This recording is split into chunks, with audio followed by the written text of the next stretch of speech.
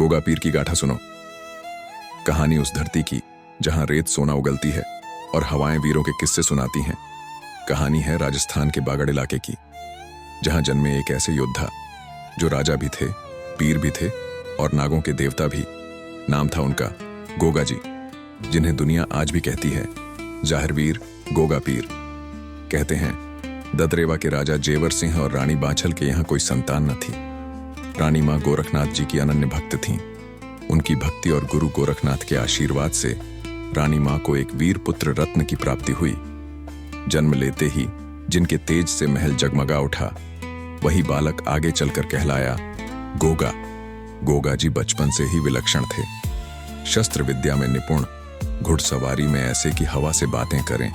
उनका नीला घोड़ा लीला या जवाहर जैसे खुद बिजली की रफ्तार था। गुरु गोरखनाथ ने उन्हें नागों पर विजय का वरदान भी दिया था। चारों ओर उनके शौर्य और न्यायप्रियता की चर्चा थी। लेकिन जहां अच्छाई होती है, वहां बुराई भी साए की तरह पीछे चलती है। गोगा जी के मौसेरे भाई अर्जन और सर्जन उनके बढ़ते यश और राज्य से जलते थे। उनकी आंखों में थी कपट और सिंहासन का लालच। उन्होंने सोचा, क्यों न बाहरी हमलावरों से हाथ मिला लिया जाए और गोगा जी को रास्ते से हटा दिया जाए। उन्होंने दिल्ली के शासकों, कुछ कथाओं अनुसार महमूद गजनवी की सेना को बागड़ पर हमला करने का न्योता दिया। धोखा, अपने ही खून ने पीठ में छुरा घोंपने की तैयारी कर ली। जब गोगा जी को इस षड्यंत्र का पता चला, उनकी आंखों में खून उतर आया। ये सिर्फ राज्य पर हमला नहीं था, ये हमला था बागड़ की आन पर। ये धोखा था भरोसे का। उन्होंने अपनी कमर कसी, नीला घोड़ा तैयार किया और रणभेरी बजा दी। गोगा जी दृढ़ संकल्पित स्वर में, जब तक इस शरीर में जान है, बागड़ की धरती पर किसी बाहरी दुश्मन और धोखेबाजों का पैर नहीं पड़ने दूंगा। हर हर महादेव। और फिर शुरू हुई वो भयानक लड़ाई।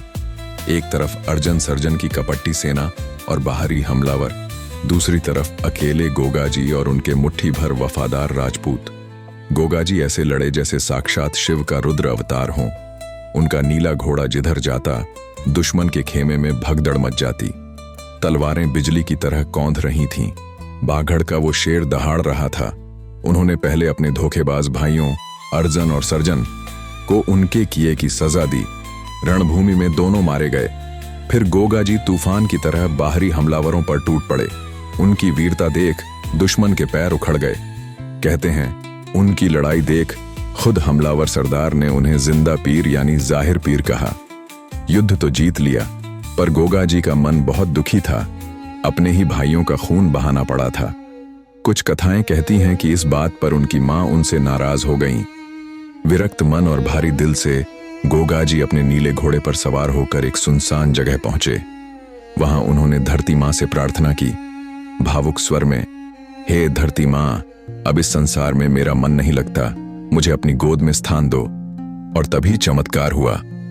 धरती फटी और वीर गोगा जी अपने नीले घोड़े समेत उसमें समा गए। वो जगह आज भी गोगा मेड़ी, हनुमानगढ़, राजस्थान के नाम से जानी जाती है, जहां उनका मुख्य समाधि स्थल है। गोगा जी शरीर रूप में भले ही धरती में समा गए, पर वो अपने यश, अपनी वीरता और अपने चमत्कारों के कारण अमर हो गए।